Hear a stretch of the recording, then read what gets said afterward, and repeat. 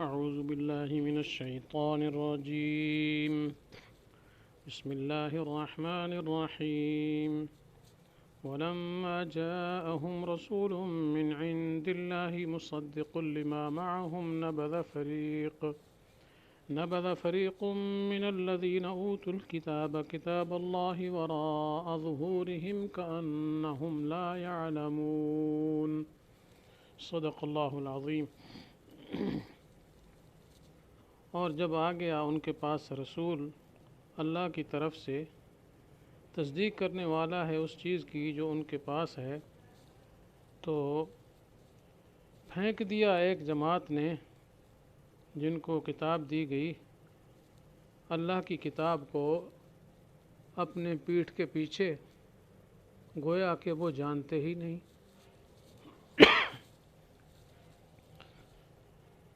تو یہاں سے یہود کے دوسرے شبہ کا جواب ہے۔ پہلا شبہ تو گزر چکا، اس کا جواب بھی آ چکا، تو یہ دوسرا شبہ یہاں ہے جس کا جواب اس آیت سے شروع ہوتا ہے، لیکن اس کی تکمیل اگلی آیات کے ساتھ ہوگی۔ پہلے شبہ جو ہے وہ آپ سمجھیں۔ تو صورتحال یہ تھی کہ جب اللہ تعالیٰ نے یہود سے بار بار یہ فرمایا کہ آپ صلی اللہ علیہ وسلم اور ان پر جو کتاب نازل کی گئی ہے اس میں کوئی نیا مسئلہ نہیں، یعنی آپ صلی اللہ علیہ وسلم کوئی نیا مسئلہ نہیں پیش کر رہے، اور قرآن پاک میں بھی کوئی نیا مسئلہ نہیں پیش کیا جا رہا، بلکہ وہی پیغام توحید پیش کر رہے ہیں جو حضرت موسیٰ علیہ السلام نے تورات کے ذریعے پیش فرمایا تھا۔ تو جب وہی پیش کر رہے ہیں تو پھر تمہیں تصدیق کرنی چاہیے۔ اور اس طرح خود حضرت موسیٰ علیہ السلام کے پیش کرنے کے بعد پھر ہزاروں انبیاء آتے رہے اور وہ بھی اسی مسئلے کی تبلیغ و اشاعت کرتے رہے۔ تو یہ جب بار بار یہودیوں سے کہا گیا تو اس پر یہودی علماء نے کہا کہ ہمیں یہ تسلیم نہیں ہے کہ محمد صلی اللہ علیہ وسلم وہی نظریہ پیش کر رہے ہیں، وہی بات پیش کر رہے ہیں جو بعین ہی تورات میں ہے۔ اور دوسرا یہ کہ ہمارے جو پیغمبر گزرے ہیں بنی اسرائیل کی، وہ یہ نظریہ پیش کرتے تھے، ہمیں تسلیم نہیں ہے۔ اب انہوں نے وجہ یہ آگے ذکر کی کہ ہمارے خاص قسم کے وظائف ہیں، خاص قسم کے ہمارے پاس اوراد ہیں، اور اس طرح تورات میں بھی اور ان اوراد میں بھی اس سے معلوم ہوتا ہے کہ غیر اللہ کو پکارنے کی اجازت ہے۔ اور اس کی دلیل یہ پیش کرتے تھے کہ حضرت سلیمان علیہ السلام نعوذ باللہ غیر اللہ کو پکارا کرتے تھے، تو گویا حضرت سلیمان علیہ السلام کے ذمہ لگا دیا کہ وہ غیر اللہ کو کیا کرتے تھے، پکارا کرتے تھے۔ اور کہتے ہیں اسی وجہ سے حضرت سلیمان علیہ السلام کی حکومت جنات اور انسان دونوں پر قائم ہو گئی تھی۔ تو دیکھو سلیمان علیہ السلام اللہ کے نبی ہیں، تو اگر تورات میں کیا ہے اس کی اجازت نہ ہوتی، غیر اللہ کو پکارنے کی اجازت نہ ہوتی، تو سلیمان علیہ السلام ہرگز ایسا نہ کرتے۔ تو جب سلیمان علیہ السلام نے کیا ہے تو لہٰذا کیا ہے قرآن جو اتر رہا ہے یا یہ نبی جو بتا رہا ہے جی کہ وہ کہتا ہے غیر اللہ کی شور و پکار جائز نہیں ہے، خالص اللہ کو پکارو اور کسی کو نہ پکارو، یہ بات ہمیں تسلیم نہیں ہے کہ یہ تورات والا پروگرام ہے، یہ نیا پروگرام ہے۔ اور پھر عوام کو مطمئن کرنے کے لیے کیا کرتے، وہ جادوؤں کی وہ پوتھیاں دکھاتے آ کر جو شیطانوں نے گھڑ کر حضرت سلیمان علیہ السلام کے ذمہ لگا رکھی تھی کہ دیکھو یہ جادو سلیمان علیہ السلام نے کیا، یہ جادو ہے سلیمان علیہ السلام نے کیا۔ تو اب خود سلیمان علیہ السلام کے ذمہ سب کچھ لگا کر کیا ہے انہوں نے یہ کہنا شروع کر ڈالا۔ تو یہ بڑا شبہ جو ہے یہود کی طرف سے پیش کیا جاتا تھا۔ تو ان آیات میں ایک تو یہ آیت جو بھی میں نے تلاوت کی ہے اور کچھ اگلی آیت لمبی تفصیلی ہے، اس میں لمبا مضمون ہے، ان دونوں آیتوں کو ملانے سے اس شبہ کا جواب ہے۔ تو پہلے یہی فرمایا وَلَمَّا جَاءَهُمْ رَسُولٌ مِّنْ عِنْدِ اللَّهِ، جب ان کے پاس آ گیا رسول اللہ کی پاس سے، تو یہاں رسول پر تنوین تعظیم کی ہے، اور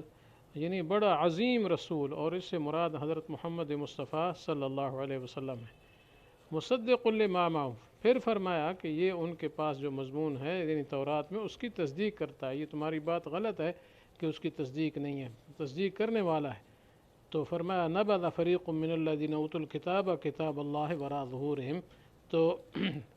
اس جماعت نے جو یہودیوں میں سے، اہل کتاب سے مراد یہاں یہودی ہیں، کہ انہوں نے اللہ کی کتاب کو پھینک دیا جی کس کو، پشتوں کے پیچھے۔ تو مقصد یہ ہے کہ آپ صلی اللہ علیہ وسلم آ گئے اور جو نشانیاں تورات میں آپ صلی اللہ علیہ وسلم کے بارے میں تھیں اور جو پیشین گوئیاں تھیں وہ ساری کی ساری آپ پر فٹ تھیں۔ تو تورات کا مضمون تو یہ بتاتا تھا کہ یہ واقعی وہی نبی ہیں جس کا ذکر ہے تورات میں اور جو صفات ہیں تورات میں، لیکن انہوں لوگوں نے بجائے اس کے کہ اپنی کتاب تورات پر عمل کرتے اور آپ صلی اللہ علیہ وسلم کو سچا نبی مانتے، انہوں نے اللہ کی کتاب یعنی تورات کو اپنے پشت پیچھے ڈال دیا، یعنی بالکل بھلا دیا، کأنہم لا یعلمون، گویا کہ وہ اس کو جانتے تک نہیں ہیں۔ تو یہ مطلب یہ آپ صلی اللہ علیہ وسلم کے ساتھ یہ معاملہ کیا، حکم یہ تھا تورات میں، تو گویا آپ صلی اللہ علیہ وسلم کا انکار کرنا، قرآن کا انکار کرنا، در حقیقت تورات کو اپنے پس پشت ڈالنا ہے، اور ایسے ڈالنا ہے جیسے ان کو تو پتہ ہی کوئی نہیں، عقل ہی کوئی نہیں، کچھ بھی نہیں معلوم بھی نہیں ہے۔ تو اس طریقے سے پہلی بات کہ آپ صلی اللہ علیہ وسلم کو جو ہے نیا پروگرام پیش کرتے ہیں، یہ بات اس میں کیا ہے بتائی گئی کہ یہ بات تمہاری غلط ہے، بلکہ نیا پروگرام نہیں پیش کر رہے، وہی پیش کر رہے ہیں جو تورات میں ہے۔ آپ کی نشانیاں بھی ساری آ گئی ہیں، اور مضمون بھی تورات میں اصل توحید کا ہے کہ صرف اللہ تعالیٰ ہی کو معبود جانو اور اسی کو سورو پکارو، کسی اور کو کسی کو نہ پکارو۔ تو ان لوگوں نے کیا کیا رسول کا انکار کر دیا اور کہا یہ وہ نہیں ہے، نیا پروگرام پیش کرتا ہے۔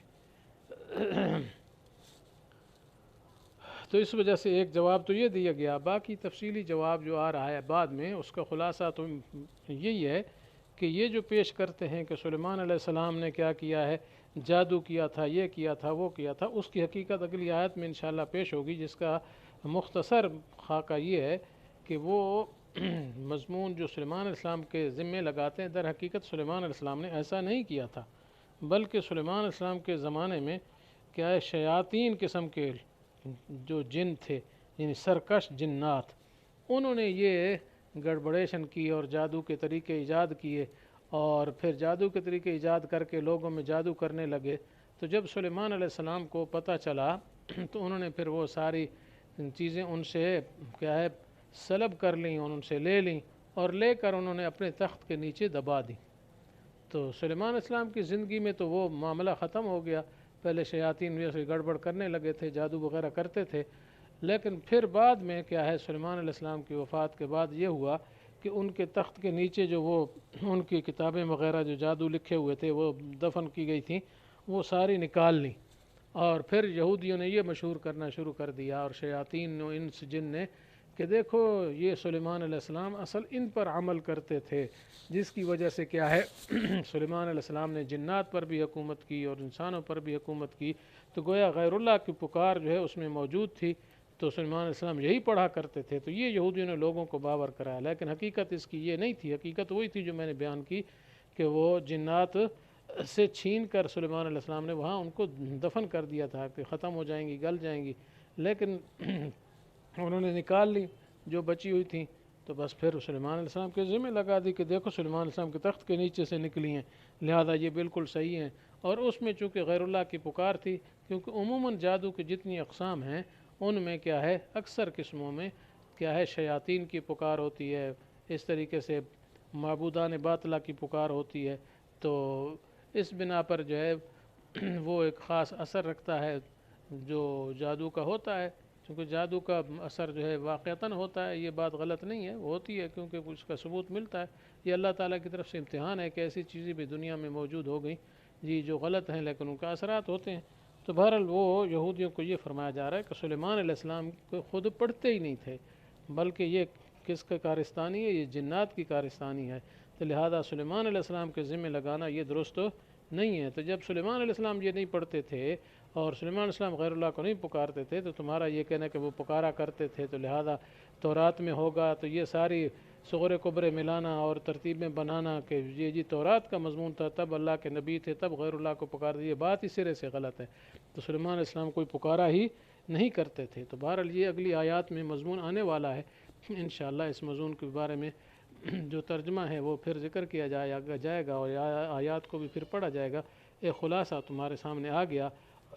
اور اس طریقے سے آگے دوسرا ہاروت ماروت کا قصہ بھی اگلی آیات میں آ رہا ہے، تو انشاءاللہ اگلے درس میں ذکر کیا جائے گا۔ دعا ہے کہ اللہ تعالیٰ صحیح عمل کرنے کی توفیق عطا فرمائے، اور ان گندے کاموں سے جو جادو وغیرہ کے ذریعے ہوتے ہیں ان سے ہماری حفاظت فرمائے۔ وآخر دعوانا ان الحمد للہ رب العالمین۔